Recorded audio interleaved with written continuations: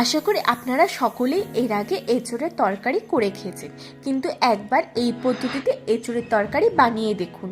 এর স্বাদ হয় সম্পূর্ণ আলাদা। বাড়িতেই তৈরি এঁচোড়ের স্বাদ হবে সম্পূর্ণ বিয়েবাড়ির মতন। বাই দ্য ওয়ে, আমি মৌ, আপনাদের সকলকে আমার চ্যানেলে স্বাগত।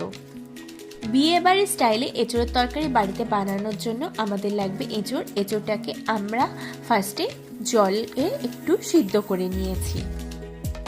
আর লাগবে আলু। আলুটাকে আমি ডুমো ডুমো করে কেটে নিয়েছি।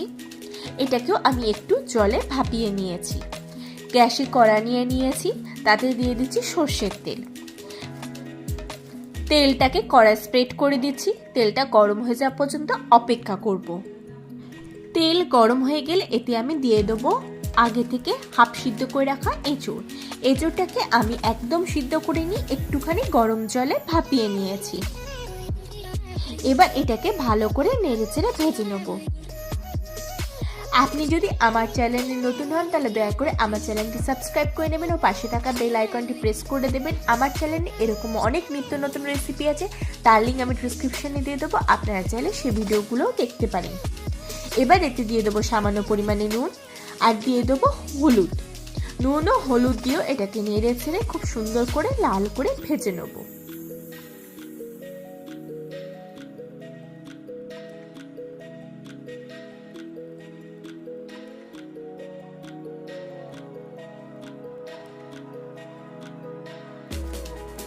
এঁচোড়টাকে খুব সুন্দর করে ভালো করে ভাজতে হবে।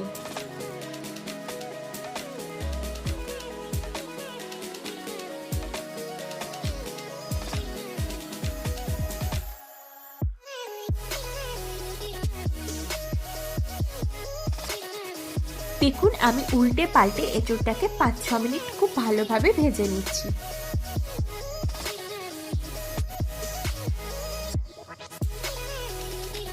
পাঁচ ছ মিনিট হয়ে গেছে, এঁচোড়টা লাল লাল হয়ে গেছে। এবার এটাকে আমি একটা পাত্রে তুলে নেব। এঁচোড়টা আমি পাত্রে তুলে নিয়েছি। এবার ওই কড়াতে আরো কিছুটা তেল দিয়ে দিচ্ছি। তেলটাকে আবারও কড়ায় ভালোভাবে স্প্রেড করে দিচ্ছি। এবার এতে দিয়ে দিচ্ছি হালকা করে ভাপিয়ে রাখা আলু। আলু দিয়ে আলুটাকে নেড়ে চেড়ে খুব ভালো করে লাল করে ভেজে নেব।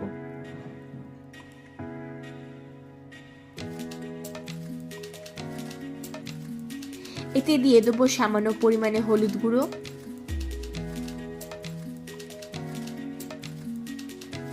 আর দিয়ে দেবো সামান্য পরিমাণে নুন। হলুদ ও নুন দিয়ে এটাকে নেড়ে চেড়ে একদম লাল করে ভেজে নেব।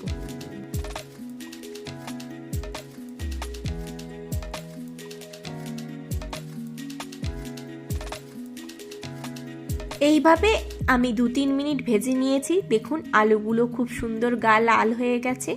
আমি তুলে দেখাচ্ছি। দেখুন, এই রকম ভাজা হয়ে গেলে এটাকে আমরা একটা পাত্রে ঢেলে নেব। এবার ওই কড়াতেই দিয়ে দেবো পরিমাণ মতন সর্ষের তেল। তেলটাকে কড়ায় ভালোভাবে স্প্রেড করে দেবো। এবার এতে দিয়ে দেবো একটা তেজপাতা আর একটা শুকনো লঙ্কা। তেজপাতা ও শুকনো লঙ্কাটাকে একটুখানি নেড়ে ছেড়ে নেবো।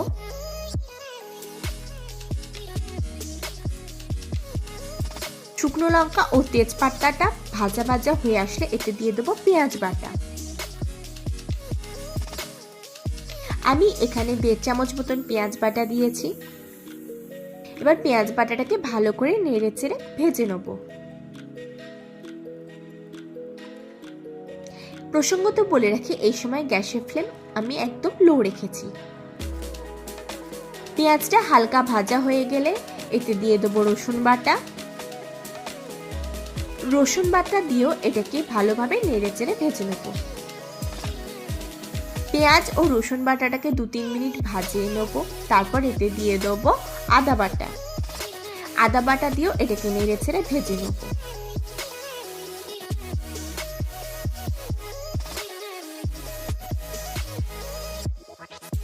এটাকে ততক্ষণ ভাজতে হবে যতক্ষণ না এর কাঁচা গন্ধ চলে যাচ্ছে।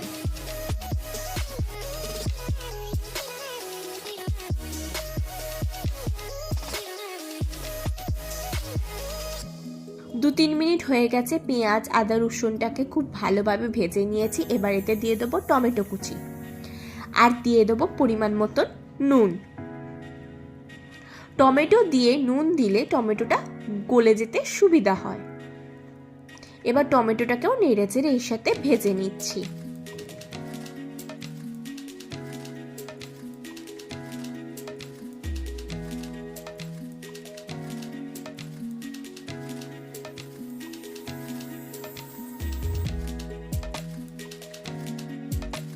টমেটোটা অর্ধেক গলে গলে গেলে এতে দিয়ে দেবো 1 চামচ জিরে গুঁড়ো আর দিয়ে দেবো 1 চামচ ধনে গুঁড়ো। আমি এখানে গুঁড়ো মশলা ব্যবহার করেছি, আপনারা বাটা মশলাও ব্যবহার করতে পারেন। যেহেতু গুঁড়ো মশলা দিয়েছি তাই সামান্য একটুখানি জল দিয়ে দিয়েছি, তাতে মশলাটা পুড়ে যাবে না। দিয়ে মশলাটাকে কষিয়ে নিয়েছি। এবার এতে দিয়ে দিচ্ছি হলুদ গুঁড়ো, দিয়ে দিচ্ছি লঙ্কা গুঁড়ো,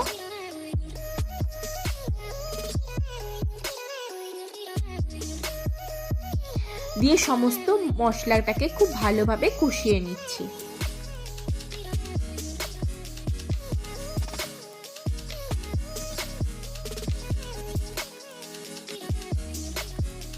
এতে দিয়ে দিচ্ছি কাশ্মীরি লঙ্কার গুঁড়ো, দিয়ে এটাকে ভালো করে নেড়েচেড়ে কষিয়ে নিচ্ছি।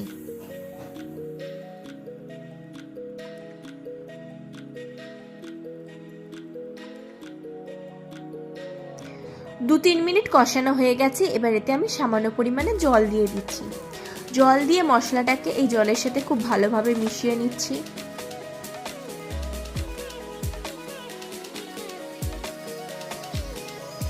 এবার এতে আমি দিয়ে দিচ্ছি ফ্যাটানো দই। আমি এখানে 2 চামচ ফ্যাটানো দই ব্যবহার করেছি। দিয়ে দইটাকে সঙ্গে সঙ্গেই মশলার সাথে খুব ভালোভাবে মিশিয়ে নিচ্ছি। দই দিয়ে দইটাকে সঙ্গে সঙ্গে মশলার সাথে মিশিয়ে নেবেন, তাহলে দই ফেটে যাবে না। আর দই যখন ব্যবহার করবেন অবশ্যই খেয়াল রাখবেন দই যাতে একদম নর্মাল টেম্পারেচারে থাকে। আর দইটাকে খুব ভালোভাবে ফাটিয়ে নেবেন। খুব ভালোভাবে মিশিয়ে দিয়েছি। এবার মশলাটাকে 2 মিনিট এইভাবে ফুটিয়ে নেব। দেখুন 2-3 মিনিট হয়ে গেছে, মশলা খুব সুন্দরভাবে কষে গেছে এবং মশলা থেকে তেল ছেড়ে দিচ্ছে। এবার এতে দিয়ে দেবো ভেজে রাখা আলু ও এঁচোড়। ভেজে রাখা আলু ও এঁচোড় দিয়ে মশলার সাথে খুব ভালো করে কষিয়ে নেব।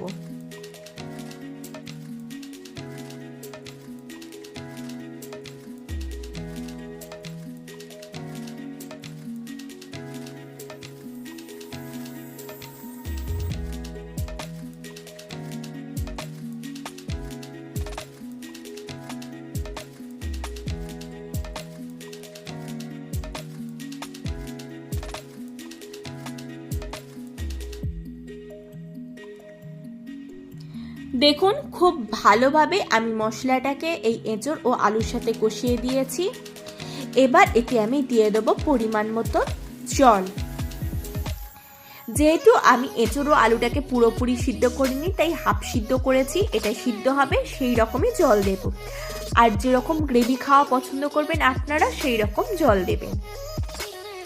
এবার এটাকে এই মশলার সাথে খুব ভালোভাবে মিশিয়ে নিয়েছি।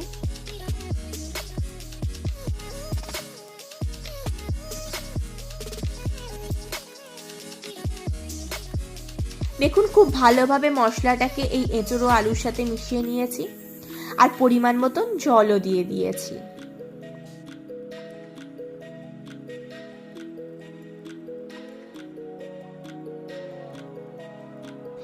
এবার এটা ফুটে যাওয়া পর্যন্ত অপেক্ষা করব।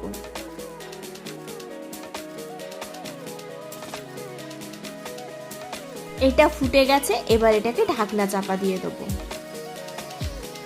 ঢাকনা চাপা দিয়েছিলাম 5-6 মিনিটের জন্য, 5-6 মিনিট হয়ে গেছে, ঢাকনা সরিয়ে নিচ্ছি। এঁচোড় ও আলু পুরোপুরিভাবে সিদ্ধ হয়ে গিয়েছে। এবার এতে আমি দিয়ে দেবো 1 চামচ ঘি। ঘি দিয়ে ঘিটাকে এটাতে ভালোভাবে ছড়িয়ে দেবো। আর এতে দিয়ে দেবো 1 চামচ গরম মশলা। গরম মশলাটাকেও এর সাথে ভালোভাবে মিশিয়ে দেবো।